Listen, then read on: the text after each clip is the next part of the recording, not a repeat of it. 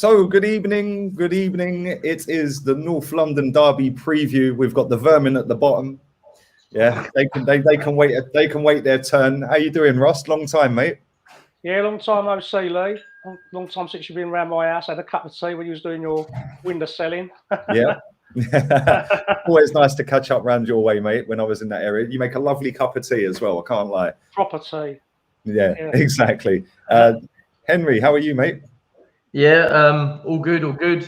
Great day of football today. A great day for the Premier League. Looking forward to tomorrow's game. Nervous, but what will be at the end of the day. Exactly. We're getting to that in a second. And Toby, Wednesday, regardless of what happens tomorrow, Matisse is getting it, mate. Oh yeah, we have to cook him. We got to cook him. Remember all that crud he was talking? We got to cook him. How are you, mate? You got to come in from one side. I got to come in from another side. 100%. Tag team him up. Yeah. You good, yeah? Yeah, man. All good, man. Thanks for having me. No, you're welcome, man. Listen, both of their channels are in the title. Russ obviously doesn't have a channel. But Russ, we'll start with you. You're going to be at the game. You've been to, God knows, you've probably lost count of how many games, North London derbies you've been to. I see a stat earlier that was tweeted out that we have only lost one of the last 28 at our ground against this lot. And that was 11 years ago. And we were winning that, funny enough, I think 2-0.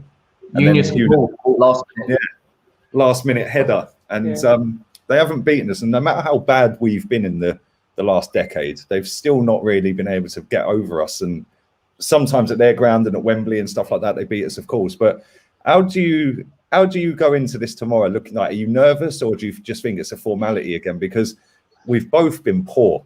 5 goals between us all season in the league. I think we've both scored 1 goal each from open play in the league as well. Both of our strikers look like they can't be bothered. Kane don't want to be there. Aubameyang looks lost. But what do you think? What do you think is going to happen tomorrow? Where do you see the game being won or lost, and what are you hoping for? I'm never confident in this game. I'm one of the more realistic people. It's a game of football. It has to be won. Past statistics don't mean anything. The way we're playing, we're very stoical. Both teams are very stoical, very lacking in any creativity in the middle of the field. So I worry it's going to be a bore fest. I honestly think that whoever scores the first goal will probably go on and win the game, because both sets of teams are very good at stifling and just killing the game off. We never used to be like that, did we? We used to be the entertainers, but we're not like that anymore. And that's the way I see it panning out. It also depends, of course, on the great Xhaka paradigm. Oh. If the manager decides to fall on his sword in a spectacular way, then this could be the game when he does it. Because if he picks Xhaka after what's gone on in the last 3 games, or the way the other lads have picked up the sort of mantle in the middle of the field and looked a little bit more threatening going forward. All right, we haven't scored loads of goals, but we have looked a little bit more decisive. We have looked a little bit more a unit, and we haven't had those silly cross-field passing mistakes. So, yeah, I feel that if the manager sets us up correctly and plays players in the right position, then we might put it on them. But I've got an old friend that he's going to stick to the Xhaka game plan, and we're going to be terribly predictable and slow, and we won't feed the strikers properly or striker, depending on what system we play, and we might see players out of position again just to accommodate Xhaka, which is a little bit miffing to me. Once a player's been out, done what he did in that game at Manchester City, cost us literally, it ran us into the ground, didn't it? Losing a player in that sort of game. They're good enough as it is with 11 players. You could have 13 players on the pitch against City sometimes. And for him to do that, I'll just up to here with him. I never wanted the bloke to stay at the club. In the first place, I never wanted him back in the team when he threw his shirt on the ground in front of us and told us all to do Jog one. On. Jog on. And see how good I was there. I didn't swear. You can swear if you want, mate. It's a free for all. No, I won't swear. And I don't think he should have ever been allowed the good grace to come and be playing for this team again. I think that the club sold down the river there and sold some of its principles. honestly think it means something to put on this shirt. I know one's down below might not think so, but I honestly think this used to mean something. This badge used to mean something. And to be captain of the club and to do that to your own fans and then not apologise, like the apology that was a drivel that was given to us, I can never forgive him for that. I don't give a toss if his stats say he's this and he's that. To me, the man shouldn't be playing for the club anymore. And we should have replaced him, got rid of him, moved on. But now I think he's a poisonous influence at the club. And perhaps I'm wrong, but that's the feeling I get. A lot of the cliques and things in the dressing room go through him, and I just think he's arrogant. I think he's just an arrogant person. To not come out and apologise, when you've got sent off like that. I mean, Arteta was trying to defend him, tapping him on the back when he came on. I would have been reading him the riot act. I would literally have been reading. It shows a bit of double standards as well, because when Pepe got sent off, he went mad, totally outed him to the public, and then put him out of the team for about 4 matches. So hopefully the coaching staff would say to Arteta, look, if you're going to use him as a sub later on in the game if we're winning. Other than that, don't use him and stick with Partey and Lokonga. That might not be the answer, but I think we haven't got a lot of choice at the moment. So Partey and Lokonga in the middle. Hopefully we'll play Saka right side, right side, not left side. And we play Pepe on the left side if we're going to play Pepe at all. And because that really worked well for the last 4 or 5 games towards the back end of last season, he was scoring goals coming in from that position with his left foot, with his right foot. Somehow he managed to find that he could use his right foot. So, you know, when you've got that sort of player with that pace and you're using them on the wrong side and he keeps cutting back inside and he's getting in the way of other players in the inside channel, that's just that makes you play the whole shoe of doom, as Ellis put it on another podcast. The whole shoe of doom, where you're just going round and round the pitch, just holding the ball. It's so boring. It's so frustrating. There's so many teams play like this now, just to keep possession of the ball and pin you in. I said this the other day. I said football now, compared to when I was growing up, it's just not as exciting, is it? It's like back in the 90s, football was elite, man. Like you could literally reel off 150 names just like that from back then that were proper players. You struggle to find 10 now. Yeah, and it's kind of worrying. But let me come to... Go on, mate. Sorry. Yeah, and those names cost a lot of money, don't they? Yeah, that's true. Very true. Henry, let me come to you. Obviously, your captain, your leader. He's not. Well, is he your captain? Is he actually your captain? I think Lloris is your captain, isn't he? Vice captain. Is okay. Leader, legend, whatever you want to call him. Flirted with Man City all summer. Didn't get his move, and looks like he's sulking. He hasn't. I don't think he's had a shot on target. He's not really been effective in any game that I've seen him play. And he just looks like he don't want to be there. Like that is a massive issue for you lot, because number one, if he don't score any goals this season or he finishes with like 10, for example, you're finishing 10th or below, mate, because he is your goal out there. Yeah, him and Son this time last season, were breaking records in the Premier League. You know, now fast forward a year, he just looks like he can't be asked. And he will...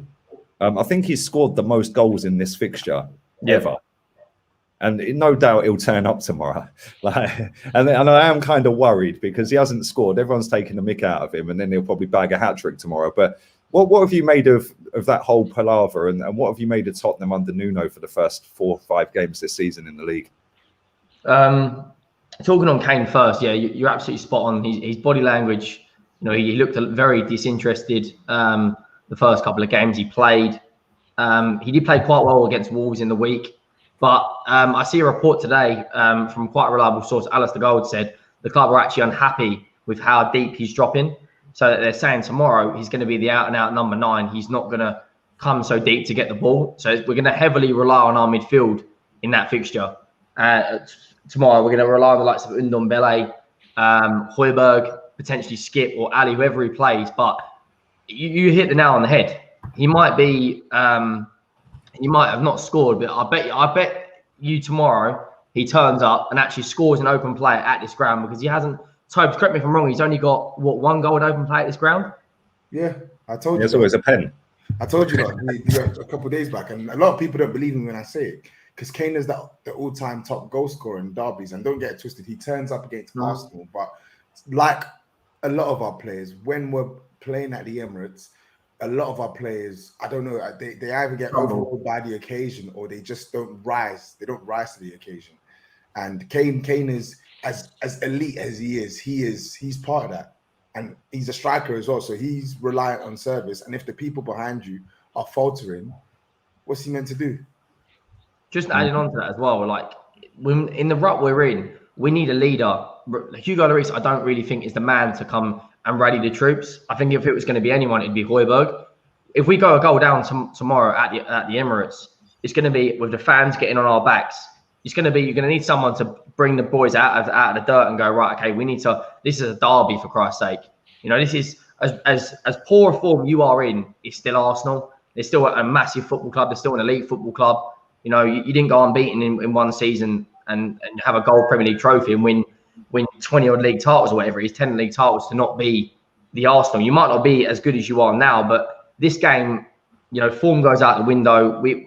The fans have got to play a big part tomorrow, and we have to start strong. Nuno has to play, for me, a solid back four. I don't want to see Sanchez in there. I don't want to see Emerson Royale in there, because he's going to get cooked, and it's going to be curtains early doors. Because don't get me wrong, he played very well against Chelsea in the first half, but the second half, yeah, we got exposed completely. And that game tomorrow is the biggest game you could possibly get. When you look at Nuno, he's under severe pressure.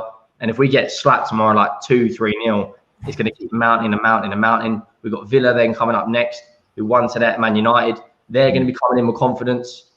So it's a massive game for both managers. I think there's more pressure on Arteta because of the situation where you're at. You know, a terrible start to the season, but there's not a lot in it, to be fair.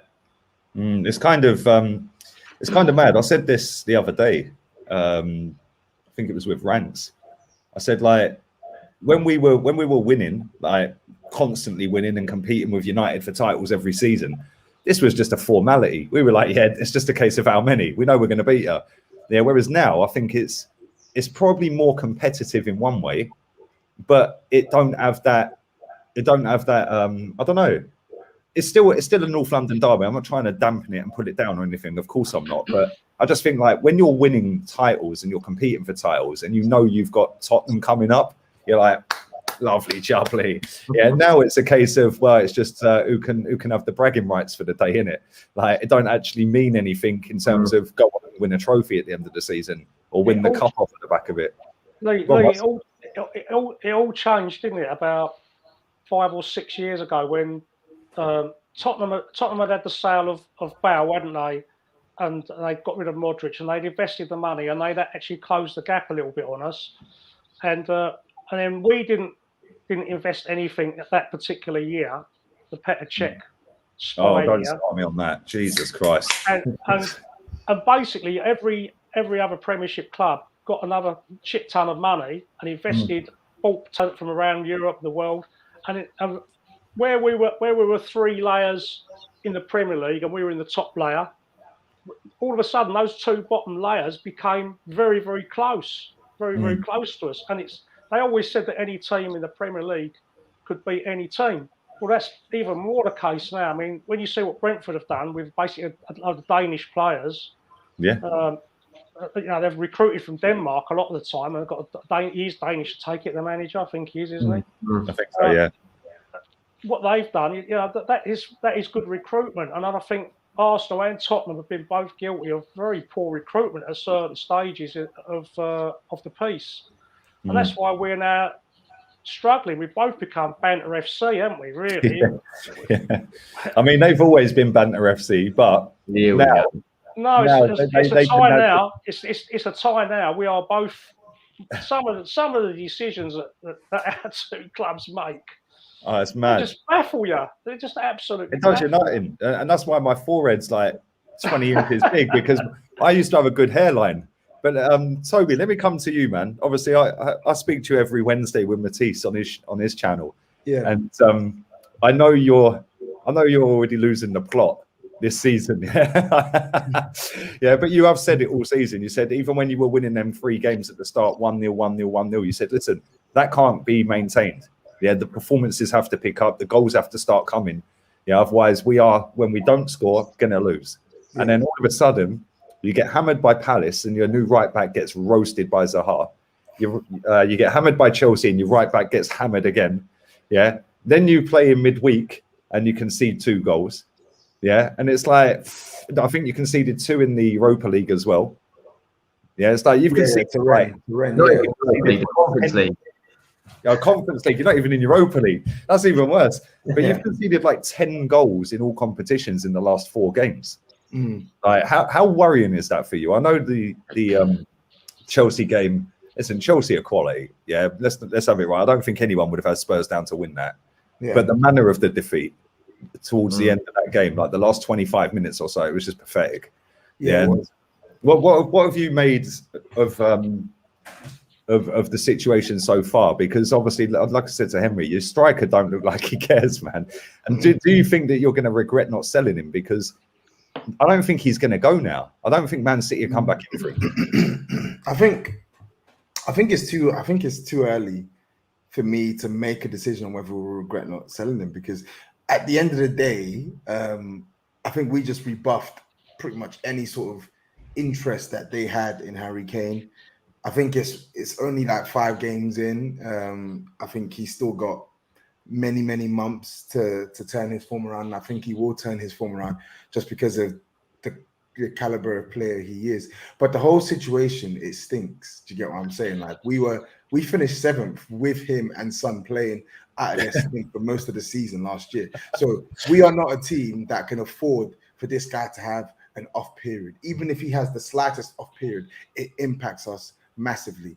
And there are a lot of our fans who say, oh, fuck Kane, because you're right, fuck Kane, because he's been playing shit, he's been doing all of this stuff, but facts are facts. Spurs are Spurs. We are where we are now because we have not invested well enough in this team, and we have not put the right people in place behind the scenes to make us better than we are. And we need Harry Kane. We need him to function well. If he don't function well, there is simply no one else in our team who can do as good a job. Not in that role. Yeah. So for me, we need to get that situation sorted. It's good that he scored midweek. By hook or crook, he's going to stay. So, like for this season at least. So there's nothing he can do about that. He just needs to get his head down and start playing. I understand it's disappointing. I understand it's disheartening for you to not get your move in the club backtracking, etc., etc. Whatever happened, it's happened. Yeah. Like you sulking, you not putting in 100%. It's not gonna change the situation now. It's not gonna change the situation in January. So you just got to get on with it.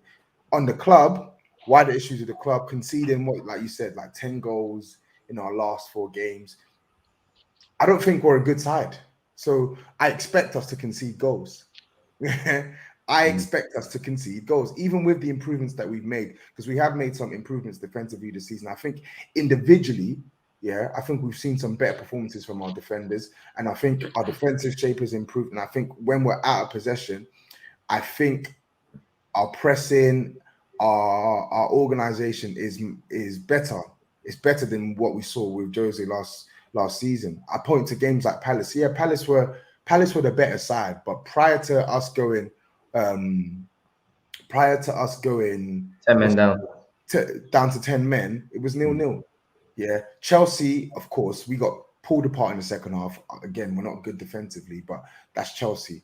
Rennes, I can't really make an excuse for it, but at the same time, rotated XI. You're seeing some not so great defenders in that back line. I can make excuses. Overall, I think we have seen improvements defensively, but we're not good. Do you get what I'm saying? So expecting Spurs to maintain the level that we had at the start of the season, where we had 3 consecutive clean sheets, that's a rarity. And you beat City in the first game as well. Exactly, that's a rarity. Something that we haven't done for a long time, mate. Yeah. Can I just ask the 2 Spurs lads question? Did you find it odd, lads, that when Kane was interviewed shortly after he said he was staying, he was staying for the summer? That was his words. He said, "I'm staying for the summer." I think that was a bit strange. I don't think it is. I think the reason why I don't think it's strange is because I think everyone knows the situation. Everyone knows the situation. He wanted to leave. Man City wanted him. Pep Guardiola spoken out about him. It's been like this it was like that all summer. So we know that at some point Kane will leave this club. So for me, whether he says this summer, whether he says for a couple more years, we know what the real is. I'd rather we get something more definitive like that. I feel like that's a more definitive statement than, oh, I'm here for this foreseeable future. At least be honest. Do you get what I'm saying? What I meant by it was he didn't say he's staying here for the season. He didn't say he's staying here full stop. He said I'm staying for the summer, which meant the thing's open for a debate again in January. That's the point I was trying to come to. Okay. I don't think he'll leave in January. I don't know what do you think. How long has he got left on his contract? 2 years. Summer, it'll be 2 years. I think he'll sign the contract. Roughly. I think he'll sign a year's extension in January with a release clause in it. That's what I think he'll do. That's the gentleman's way of doing things, ain't it, Henry? That's the gentleman's way that the club. If he stays uncommitted, yeah, it's the gentleman's way of doing things. That's how it should be done, in my opinion. Not to run your contract down. Like we've had so many players at our football club literally taking the piss out of us, kissing the badge, and then running. Don't you think, Russ? Here, sorry to cut you off. Right? Do you remember when Arsene Wenger said that that's going to happen more and more often? Right? I see somebody putting that out there on social media the other week, saying, "Oh, Wenger knew in 2017." But do you know what I took from it? He was basically telling players back then, "Run your contracts down because you'll get more money when you go somewhere else." This is the same man that thinks having a World Cup every 2 years is a good idea. How are you going to fit all this in? Well, especially when he complained about all these tournaments back in the day, mate. Do you know what I mean? He's such a hypocrite, the man. He's such a hypocrite. The only way that, I know this is completely off the subject of the North London Derby, the only way you could have a World Cup every 2 years, and then you'd have to have the European Championship every 2 years because they want their nose in the trough. So you'd have an international tournament every single season. It'd have to be purely knockout from get-go. No group stages, no group games in the finals themselves. Complete knockout. But then you'd end up seeing players just absolutely ruined. Players wouldn't get pre-season, and they'd all be burnt out. You have to deal with it. The funny thing is, I actually read up on that, and I think it will be hard to execute, but I think the concept was fair because the way he was looking at it was he wants international football to be more meaningful. He wants legitimate competition, and he feels like these friendlies are a waste of time. So what he was proposing is we'd get to a point where in the alternative year, so in the year when the World Cup's not happening, you would then have the other tournaments. You'd have the African Nations Cup for Africa. You'd have CONMEBOL for South America. You'd have the Euros for Euros. And then in between that, you would have less international breaks in the season. So whereas we've got international break coming up in October, then another one in November, he'd scrap the one in November. You'd just have a month of international football in October to play a bunch of fixtures. Yeah, he's definitely smoking something off key, mate. So, the thing is, I mean, as I said, it's got teething issues, but I don't think the concept is bad. Just leave the game alone. Just leave the game. There's too much as it is. The main teething problem with me is who pays the players' wages? The football clubs. Yeah. Who's moaning about us burning players out and health issues, mental health issues, physical issues? You can't, it's just impossible for FIFA to say, oh, yeah, we're going to run this every 2 years. And who's going to pay the players' wages? Perhaps FIFA are going to pay the players' wages, eh? I doubt it. Yeah, exactly. No, I make you right. I think it's a stupid idea. Yeah, we've seen through this last 18 months, 2 years of lockdowns, that people were just bored of watching football. Every single game in the Premier League was on. There was like 6 games a day sometimes over the weekend, and I was bored of it. I loved it. I can't lie to you, I loved it. I was just sitting there thinking, like, I've never watched so many boring games in my life. Yeah, but then when you come into this season and our game's not even on TV the other night, I'm like, oh, maybe I weren't bored of it after all. Exactly. See, do you know what I mean? But so yeah, Toby, let me just finish with you before I come back to Russ. Tomorrow, are you confident in any way, shape, or form that you can actually get a win? Like, forget draw. Do you actually see Nuno putting together a team, the tactics, and a starting 11, utilising substitutes, and a game plan that can actually beat us. And then obviously the players going out there and doing it. I think he can. Like, I don't think it's impossible that Nuno can go there and not win. He's actually won there before with Wolves, right? Didn't he? Yeah, he did 2-1. Yeah. So it's not out of the realms of possibility that Nuno can go there and win. But do I believe that Spurs will go there? Nuno will get it right, and the players will turn up, and the subs will be spot on, and we'll get it together against Arsenal on the pitch? No, I don't believe that. I don't think that's going to happen. I don't think I'm just drinking in the tears, mate. I want it to happen, but there's too many things that we need to go right there. And it's so annoying because Arsenal are not that good a side that you need to have like the perfect conditions to beat them. But when we come to this ground, it seems like we do. It's like almost like the team bus pulls up at Arsenal and they just freeze. Yeah, and it's like, oh shit. Scared to get off the coat. Yeah, it's like we're literally scared. But if we can't beat Arsenal at tomorrow, then we'll never beat them at the Emirates. Because I don't remember coming into a North London derby where both teams had this like such bad run of games, bad form, bad managers. Not saying Nuno or Arteta's a bit hit and miss, but Nuno's all right. Say it as it is. Just say it as it is. As Lee would say, pandemic Pep. And listen, he kept his job off for the fact there was water breaks, mate. That's it. That's the only reason he kept his job. The only reason that guy's in a job is because he won the FA Cup. And all the Arsenal fans are saying, "Oh, you know what you're talking about." But listen, I think if we can't go there tomorrow and win at the Emirates, then I don't think we'll win at the Emirates for a long, long time. Because that Arsenal team, as poor as it's been, you've got no out-and-out standing centre-back. You've got the seaside Eric Dyer and Ben White. You haven't got an outstanding midfield. You know, the Gambonese are on the hall. Aubameyang's not firing. The midfield's better than ours. What's that? The midfield's better than ours. Do you think man so? For man? Was that the Gabonese and Bonlahor? I genuinely think so. No, okay. You watch. If we beat this like tomorrow and the Gabonese of Bonlahor scores, mate, you better make sure you're available, yeah? just send me a message. But midfield, man for man, Højbjerg or Partey?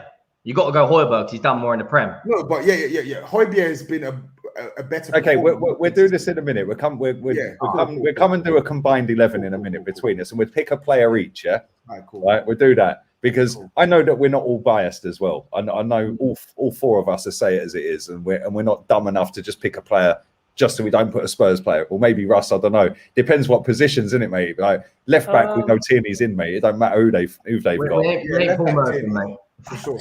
But I wanted to ask you, Russ, right? Obviously, their striker is lost, doesn't want to be there. Our striker's the same. But do you think, like, and I've not asked you about this, but do you think it's because he's playing him as a left winger, like, that's doing a lot more work tracking back? Because when I watched him against Norwich, he looked a lot more, I don't know, he just looked a bit sharper.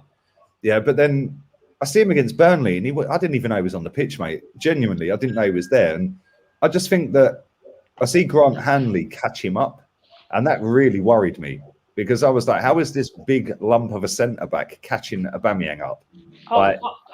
Asking Aubameyang to press and to track back, you're just wasting your time. He's just so lazy to me. He just looks lazy, languid, all those words. Especially when he's playing on the left. If you get a decent right back who puts it on him a little bit and who's got a bit of speed, and I don't know, he's playing right back for Tottenham tomorrow. I've not really looked into what the sort of side they're going to be putting out. But if anyone puts it on him a bit, he does shrivel and he's not really interested. I think he was like a lot of other big players, big stars at Arsenal, if you want to call them that were offered new deals and just went in their shell because I think they were promised the earth and given a crock of shit, really. They were promised that the team was going to be built around them, and it wasn't, just like with Sanchez and Ozil. So I just think he's sulking. I think he's been promised stuff. Yeah, sign this deal. We've got big plans. We're going to do this and we're going to do that. And next thing you know, we're having to promote 2 youngsters, which has worked, into the team because we were doing so crap. Let me get your thoughts. Let me get your thoughts quickly on them two as well, because I know Smith Rowe scored the other night, albeit against AFC Wimbledon, but him and Saka looks knackered. Yeah, he looks absolutely shot to pieces. Yeah, he's not had a break for what, 2 seasons? Yeah, pretty much. And with Smith, he hasn't scored. Go on, mate. So he should be used sparingly. He should be used like he was against Wimbledon. He should be used as replacement to pep things up when things ain't going quite well, or when the game's just going away from us a little bit. Saka's quality, there's no two ways about that. He's one of the best players we've had in years come through the youth system. What I don't like is when he's not played in the right position, and when he's a sacrificial lamb for the sake of the team. He's too good for that. He should be nailed in on the right-hand side of that team. Yeah, 100%. Same as Aubameyang. If you're going to play Aubameyang, play him down the middle. If you're going to play Pepe, play him on the left-hand side.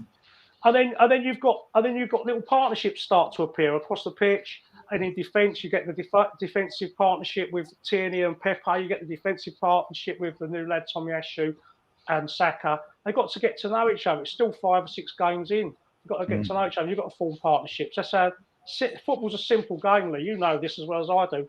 And I think our manager tends to over-egg the pudding. We've had, in the last 43 league games, we've played 42 different starting 11s. It's just how are we supposed to get any consistency? You can't. How can you? Ridiculous. You've got Liverpool. You've got like Van Dijk and Matip, or Van Dijk and their other defender who got injured. You know that they know each other's game inside out, because they've played with each other 70, 80 games on the spin till Van Dijk got injured. I know he had a bit of a nightmare tonight, but you know that's what you've got to do.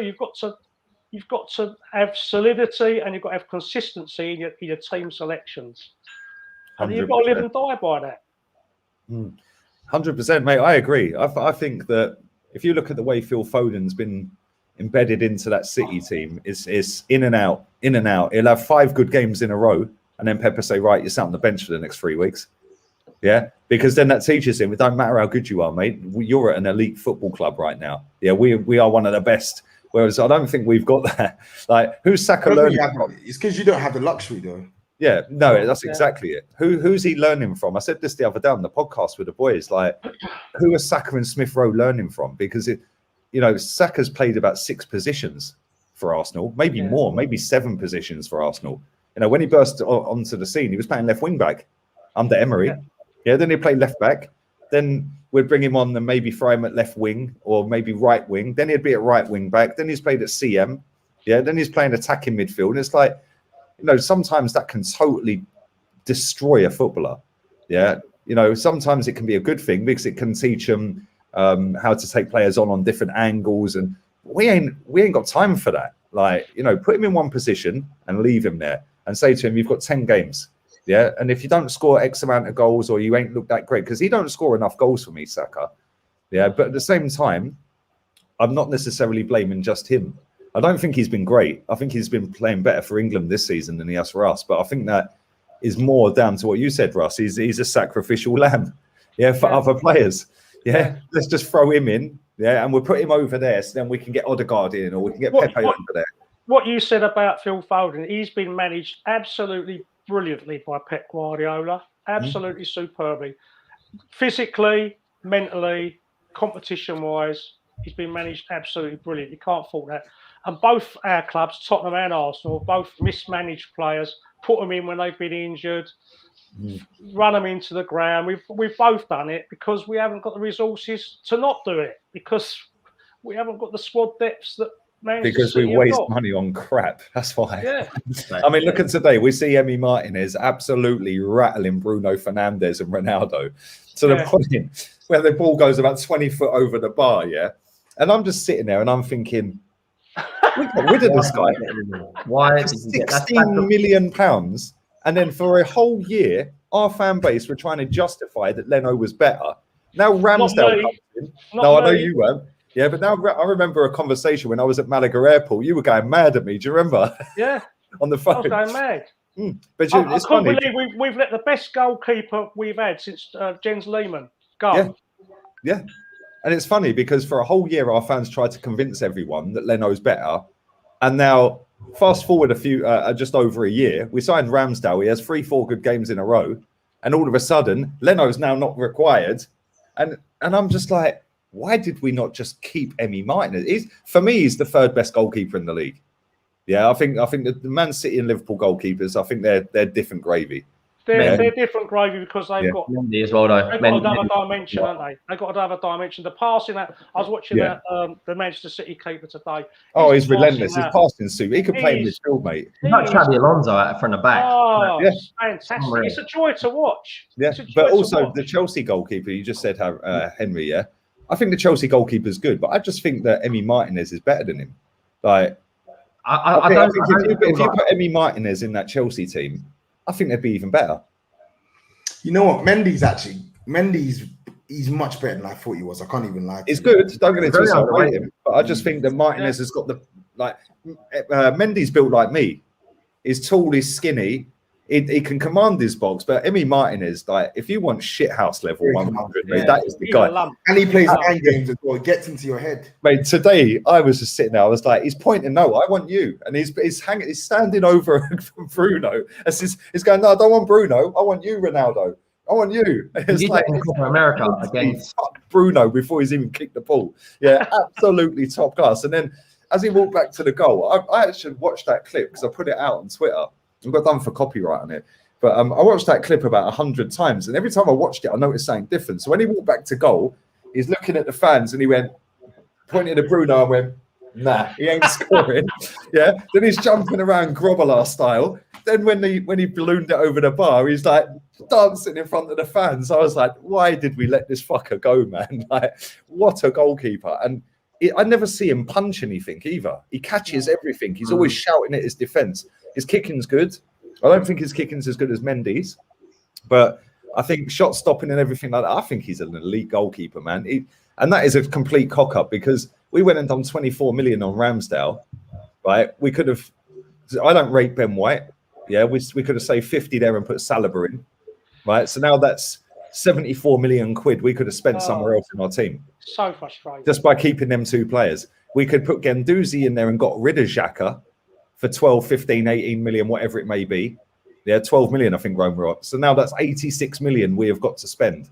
The Ben White one was Basuma. We could have gone and brought Tomiyasu anyway, but Basuma could have slotted in. And then you could have gone and put the extra money, the 36 million, towards whoever else you wanted, a Madison or. I don't want to slag Ben White off too much because he's new and they obviously they don't want him to play as an out centre back. I think they've got something else lined up for him in the future. He's probably Jack as well.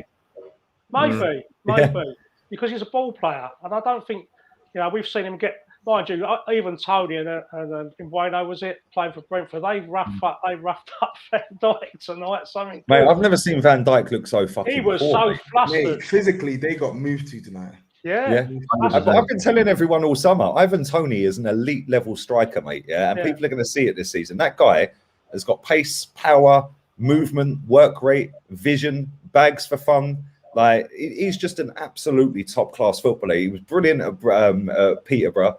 And he's been superb for them lot. And I've said to everyone on this show all summer, they're staying up comfortably. They're a good team, man. Yeah, and one thing they've got is work rate. And when you watch them without the ball today, you could see their 4-4-2. You just see it. As soon as one pressed, the next one moved over to fill the gap to stop the passing. When you watch us do it, it's like Odegaard to go and press, and Aubameyang's just walking around like that, like with a cigar on. Fuck. It's so frustrating. It's so frustrating. Henry, let me come to you. Yeah, let's do a combined 11. I'll let you Vermin boys go first. Yeah, but we'll start with the goalkeeper. What formation are we going? 4-3-3. Yeah, I think that's pretty much what we both play, isn't it? 4-3-3. Yeah. All right, you go goalkeeper then. Lloris. Not a question, Lloris. Are we all in agreement with that? Because I don't really rate Lloris. You don't have to, but he's miles better than what you got right now. I felt, yeah. Lloris has a little bit of a season, maybe 6 to 8 games where he's a bit wobbly, but the rest of those games he's very, very consistent. He's not the best in the air, is he? He's not the best with crosses. Yeah, he's not commanding. He's not commanding at all. He's one of the best. I'd probably put him up there with Shot stopping, he's brilliant. Best shot stopper in the league. Yeah. Like when he rarely concedes a goal when it's down to a 1-on-1 unless the defenders put him in like open space. He's very good at that, but crosses are a weakness. That's why we always concede from set pieces, because we don't have a commander at the back who can go, right, you're there, I'm here. We've got Eric Dyer, who's basically like Rob Holding in disguise. But goalkeeper for me, Hugo Lloris. Okay, we'll ease in then. Toby, where should we go from here? Right back. I'm going Tanganga. I know. Yeah. I knew you were going to do this. I knew. No, man. I should have gave you left back. Left back. But right back. I gave Turkish and Pippa Tommy on my channel yesterday. Even though I was pushing for Tanganga, so I'm going to push for Tanganga. I do like Tanganga. I can't lie. He's quality, man. Yeah, we haven't seen Tommy Asu yet. His debut was against Liverpool, wasn't it? Mm-hmm. Yeah. I remember. I think he got man of the match in that game. He was fucking brilliant. Does he play centre back as well, though? He's a centre back. No, that's why I knew he was going to stitch me up. That's why I should have thought about that, because I thought he was going to go with Emerson. He can play both. Yeah. I'm just confused. I'm getting old and confused. That's all it is. Right, let's go with left back Russ. Regulon. Hey, why are you not laughing? There's no need to laugh at this. Just say Tierney and let's keep it stepping. There's no need to laugh. No, I think he's a good left back. He's not quite as good as Tierney. It doesn't sound like you think he is, the way you're laughing. I think he's a good left back. He is good. He's one of them good ones going forward, but I think his defending leaves a little bit to be desired. I think he gets caught out of position a little bit. His crossing's brilliant, though, isn't it? He can whip a ball in. Yeah, really good. Tierney's actually gone really off the boil this season. Like, his crossing is just like aimless, and maybe he's just been told, as soon as you get the first sight, just whip it in. Maybe Arteta's telling him that. But the lack of movement in the box, the lack of bodies getting in the box is, that's a big issue for us. So you're not going with Kolasinac then, Ross? Oh, Jesus Christ! I know it's a tough one, mate. Jesus Christ! I don't want to see that man anywhere near our team again. He was one of them players who made a fantastic debut, didn't he? Yeah, he did. Debut. Yeah. And I thought, God, blimey, Wenger has pulled one out of the bag here for a change. Do you remember when we all went up to Liverpool? Yeah, and we got slapped. Yeah, and Lacazette and him were on the bench. Do you remember? And we were thinking, we've driven all the way to Liverpool to see our new players sat on the bench. Yeah. This is why we bought Lacazette. I remember when I think Wenger knew. When you got signed Kolasinac, he started off well, and then I remember he always used to turn up against Spurs as well. Like first 2 appearances against Spurs, he turned up, and then I remember watching him, and then I called it early with my friends. I said, "This guy's shit," and I literally called him a juiced up Bosnian version of Trippier, and they didn't want to take me in. I called this early, ahead of the curve. I said, "This guy's dead. He can't defend, and he's always doing dumb shit with the ball." And he just makes up for it because he's hench. And he's a hard. You remember him jumping out that car to fight them guys with knives. So, and then time goes on. I'm like, now you can see this guy is fucking shit. Like, he's bad. He's such a bad player. He's rubbish. As I said, juiced up Bosnian version of Trippier. Facts. All the finger lovers are all biting their fingers now. Do you know what I mean? Right, we're going centre backs. Well, there's only one centre back that I can pick on the left hand side, and that's Gabriel. Yeah, he's been brilliant this season when he's played. Like 3 games, 3 clean sheets, albeit they're not the best opposition. But that last game up against Burnley, he absolutely bullied them forwards. Yeah, he went having it. Yeah, and he won. I watched that game. He was quality. Say again, mate. I watched that Burnley game. He was quality. Burnley a physical team as well. You know, Wood. Gabriel's a good player. Well. Ashley Barnes and Wood. Yeah, they're not an easy pair to mark, and to, you know, they're going to put elbows in your ribs. They're going to pinch you. They're going to try and rough you up, and he had it. He really had it, and I do like him. I think the one thing I'll say about Gabriel is I don't want to see him like jockeying from behind, like, and doing all this on the halfway line. Like, you don't need to push up that far to do that. Yeah, and he's done it a lot. Yeah, give him a couple. He done it against I think it was Mason Greenwood who back-heeled him, done a flick back heel, and he was lucky he didn't get sent off at Old Trafford because that would have been a second yellow. I remember. And it's like, you don't need to do that. Like, you're such a good player. You're quick. You're strong. Yeah, you can win headers. You're good on the ball. I rate him, man. I think he's a good player, so I'm going with him. Henry, right side. Why are you doing? It's easy. Why are you doing Eric Dyer. Why are you doing? Yeah, but Eric Dyer, like, that's how bad it is. He's been our best defender. Like, why are you doing this, Henry? Just make it quick. What you Eric Dyer. Eric Dyer, then. Wait, what? This season, in the Premier League, this They're season, finished already, Russ. They're finished. Listen, in the how Premier are League, you putting Eric Dyer ahead of Romero? because Romero's done nothing in the Premier League. He's a better defender, bro, and you know he's a better defender. We're talking in the Premier League. Dyer has done more than Romero. I don't care if he's done more. This season, he's played more games. yeah, but this season he's done more. What does that mean, bro?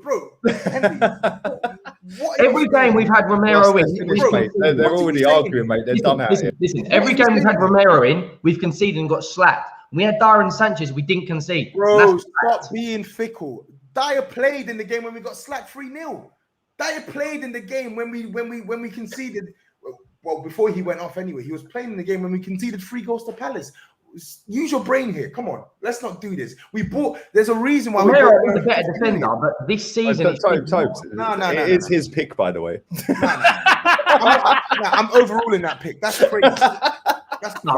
Romero is a better defender, but this season Dyer has been our best defender. Okay, so by that logic, then you better not choose Harry Kane up top because he's been shit this season too.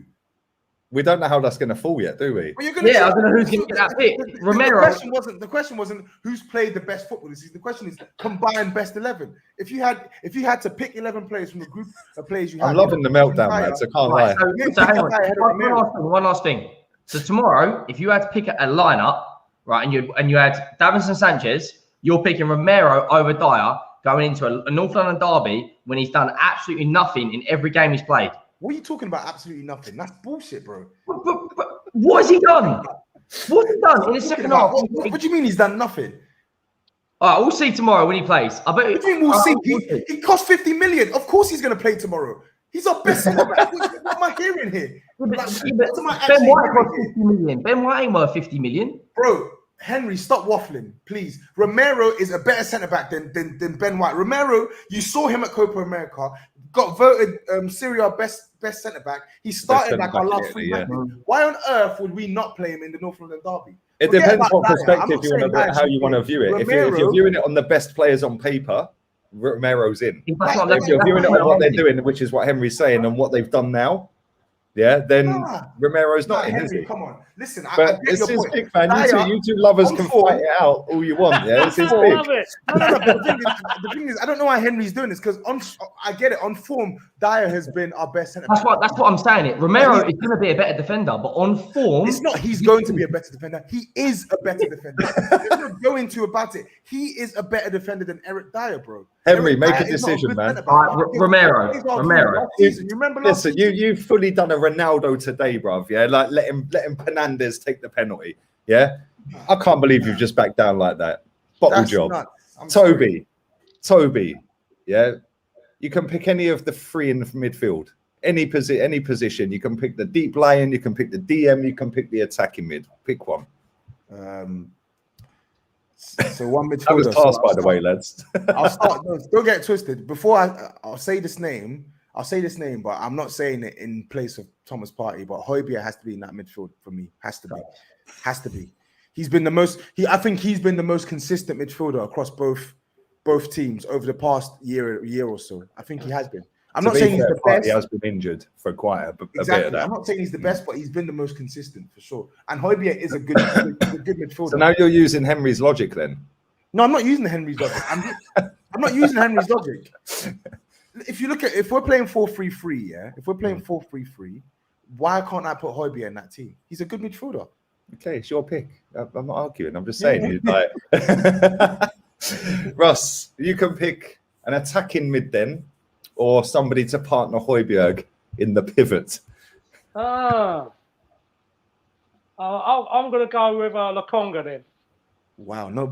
Interesting. Yeah, interesting. It's better than Xhaka, I suppose. Anyone's I'm better than Xhaka. Oh shit! Actually, I missed a pick. It was my pick next. But cool, we'll go with Lokonga, and we'll go and attacking mid, yeah, because that's the other. Well, that's the other midfielder, I suppose, isn't it? Oh fucking hell! I've stitched myself up because I'm gonna have to go with fucking either Smith Rowe or Odegaard here, and neither have been great. Because your attacking mid is who? Ndombele. He's not really attacking mid, to be fair. Yeah, he's not really attacking mid, but he's our attacking mid because we ain't got no one. Oh, that's interesting. You can't put Lo Celso in there. Lo Celso don't even make the bench. Lo Celso shit. Like, let's have that right. He's rubbish. What? But if we put Partey, if I went with Ndombele, we've got nothing in terms of creativity. Because we'd have Partey, Lokonga, and then Ndombele. You ain't getting no creativity out of that. It depends on which way you want to look at it. So, like, if you're for me, You could put Dele Alli in there. Fuck Dele Alli, man. No way. If you're playing a 4-2-3-1, then if you're talking about two central midfielders, then for me the best ones, to play deeper are Thomas Partey and Højbjerg. And then if you're talking number 10, I would pick Odegaard or Emil Smith-Rowe because I think they're the best 10s across North London. If we're talking 4-3-3, then it's different.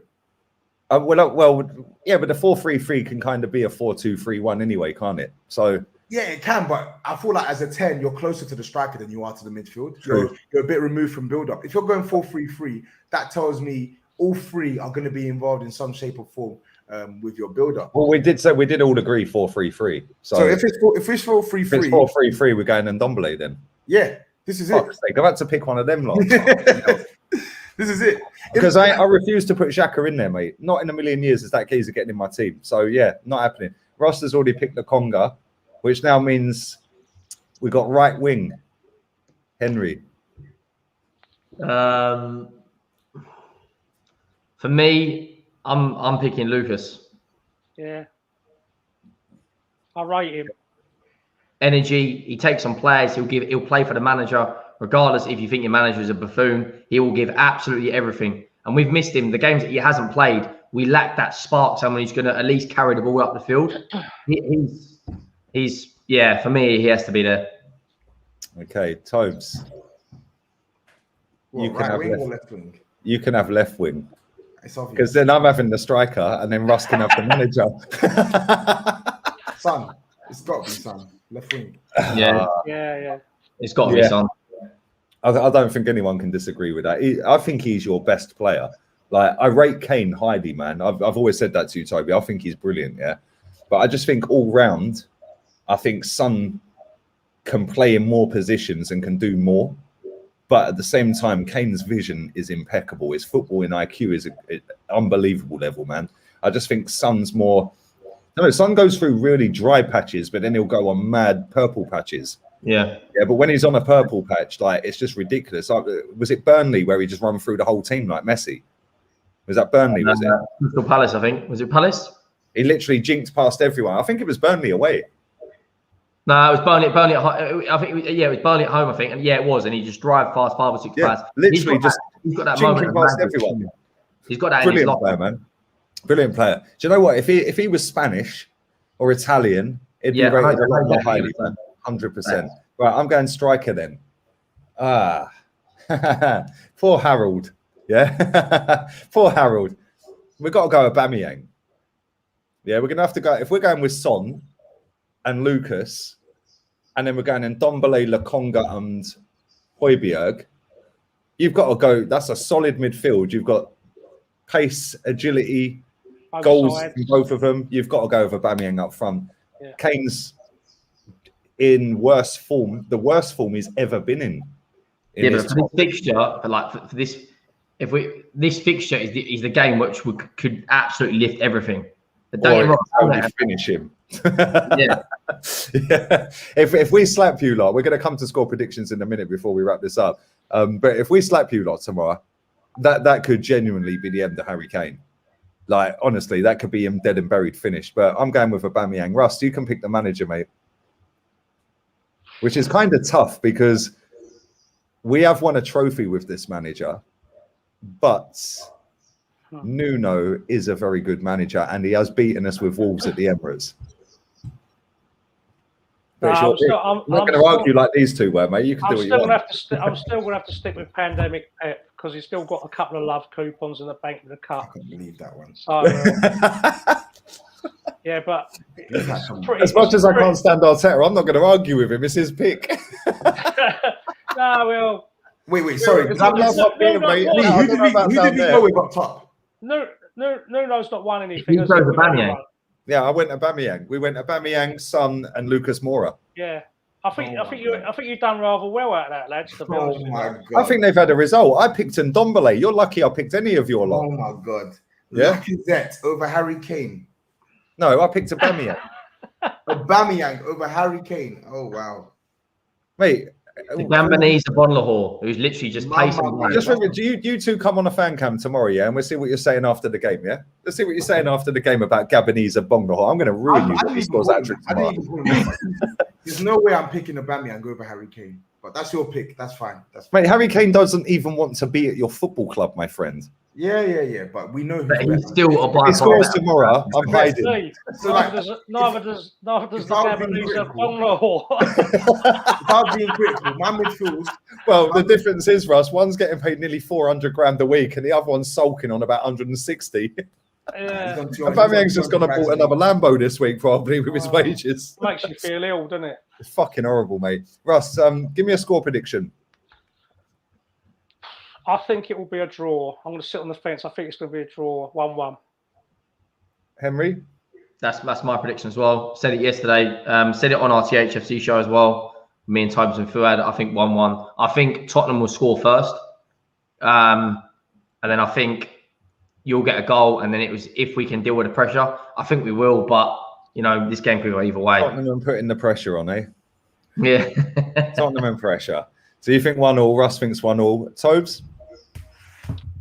I was going for 2-2, but I think I'm going to go for 1-1 now, man. I don't think either side can score bucket loads of goals. So, yeah, 1-1. Fucking hell. Well, I'm going to give some positivity in the building then, because I'm saying Arsenal 2, the Vermin 1. Harry Kane will get his goal. I'm kind of adamant he is going to score tomorrow. And I do think you'll score first. And then the crowd are just going to go fucking mad. Yeah, and we're going to be read the riot act by our manager, hopefully at half time, and then we're going to batter you second half. Yeah, and just on that, if you do lose tomorrow, how do you think it will be a massive reaction to your fan base because of where you are at the moment, or do you think it will be even bigger? I think it'll probably depend on the manner of it, because our fans are so far up this manager's backside, it's fucking sickening, mate. Yeah, like. Let's have it right, yeah. He didn't win a single knockout game in the Europa League at home. He knocked us out to our previous manager, who ended up winning the fucking Europa League, by the way, with Villarreal. Yeah, like I mean, how? Like, and to be fair play to Unai Emery, because he could have jumped in and screamed and shouted in the middle of the Emirates Stadium, yeah, when he knocked us out, and he was so respectful with it. Yeah, big up to him, because he just walked off the pitch, he let the players do what they were doing, and then he said, "Look, it is what it is. I'm good." Football club, it didn't work out. We moved to the final. We actually played some decent football under Unai Emery. Mate, Aubameyang and Lacazette did against us. Yeah, we actually played some decent football. And I was at the Watford game when we let a 2-0 lead go when we were playing out from the back. And Saliba was actually in the stand 3 rows down from me that game. No way. He was sitting in the weigh-in with us. And I came out of that game and everyone was doing their counters. I'm thinking to myself, well, hold on a minute, you know, he's got us to a final. He's got, you know, he's trying to build something here, and the players have obviously just turned on him. And it was.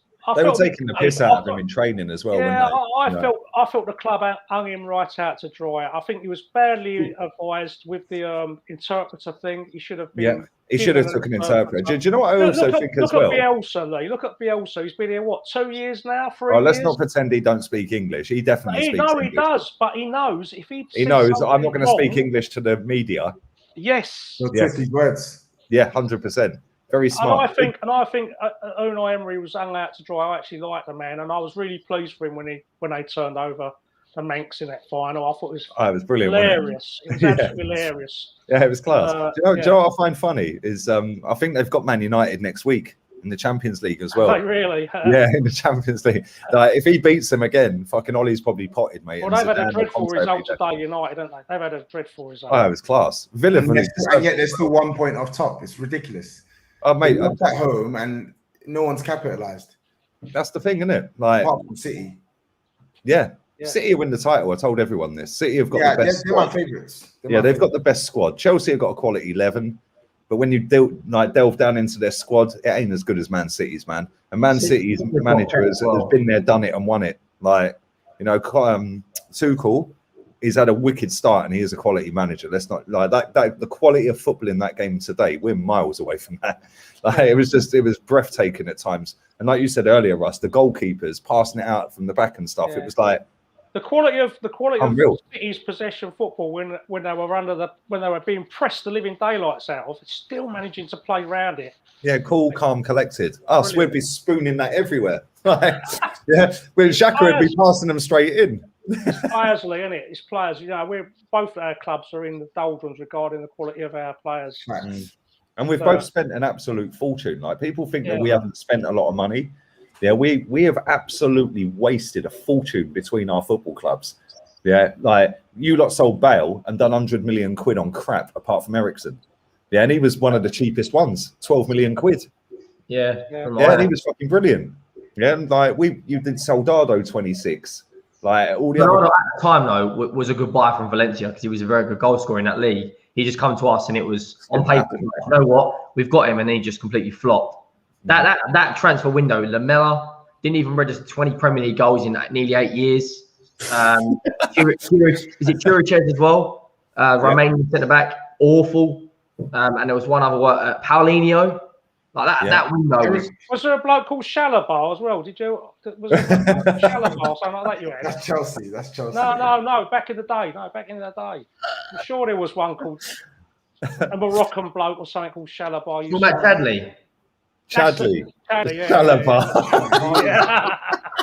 That's a restaurant in Hertford, Jez. I fucking called you Jez. He was decent. Fucking so used to calling old people Jez. I'm sorry, Russ. He's in the chat, isn't he, Jez? He is. Pick up Jez. Listen, I'm wrapping this up before I cause any more problems. Listen, people. Firstly, I just want to divert your attention to Henry Wright TV. His channel link is in the title. Tapping Tobe's channel link is in the title. Russ hasn't got a channel. Me and Chig, in about 10 minutes' time, are going live on my other channel. It is pinned to the top of the comments. The stream link is there. We're doing a watch-along for the AJ Usyk fight. So make sure the pinned comment, you go and subscribe to that channel right now as well.